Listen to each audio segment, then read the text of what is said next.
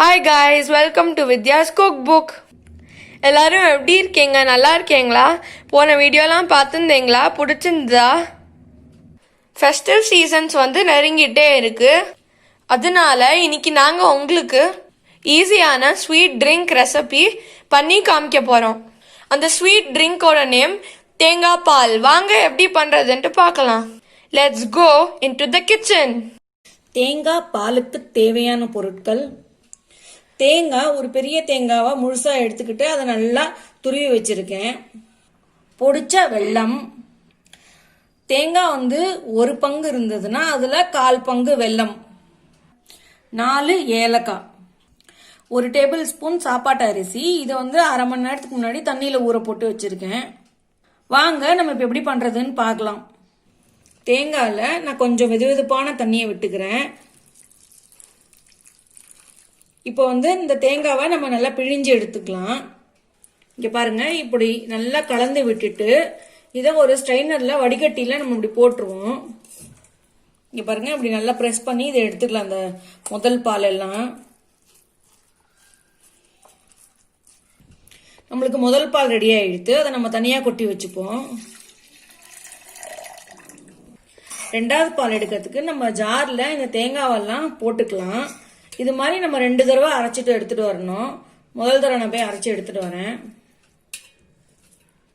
இதுல நம்ம கொஞ்சம் வெதுவெதுப்பான தண்ணி விட்டு அரைச்சி எடுத்துட்டு வரலாம். இங்க பாருங்க, நம்மளுக்கு ரெண்டாவது பால் ரெடி ஆயிடுத்து. இதையும் நல்லா பிழிஞ்சு வச்சுக்கலாம். இப்படி நல்லா பிழிஞ்சுப்போம். நம்ம மறுபடியும் அரைக்கும் போது ஊற வச்ச அரிசி கொஞ்சம் தண்ணியோட போட்டுக்கோங்க.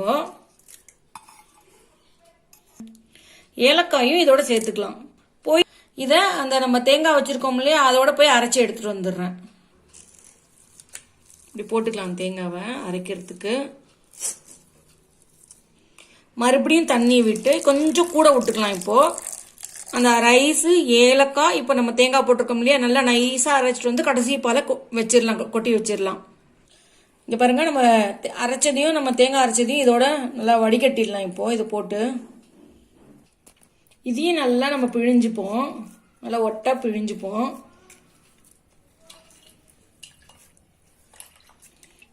எதுக்கு நம்மளுக்கு ரைஸ் ஊற வைக்கிறோம்னா அப்பதான் நம்மளுக்கு தேங்காய் பால் கொஞ்சம் கெட்டியா வரும். அப்படி இல்லாட்டி கொஞ்சம் கொட கொடான்னு இருக்கும்.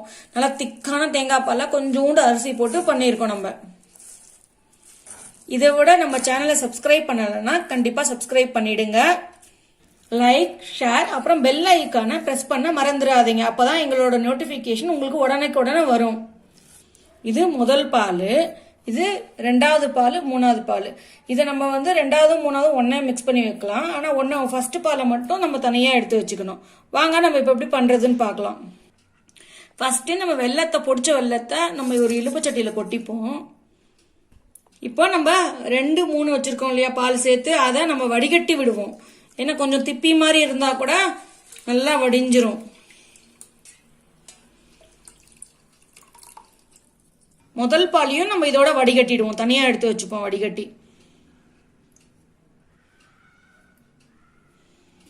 அடுப்பை ஆன் பண்ணி கடாய நான் மேல வச்சிருக்கேன். அடுப்பு மேல கொஞ்சம் சுட்டுட்டு இருக்கு.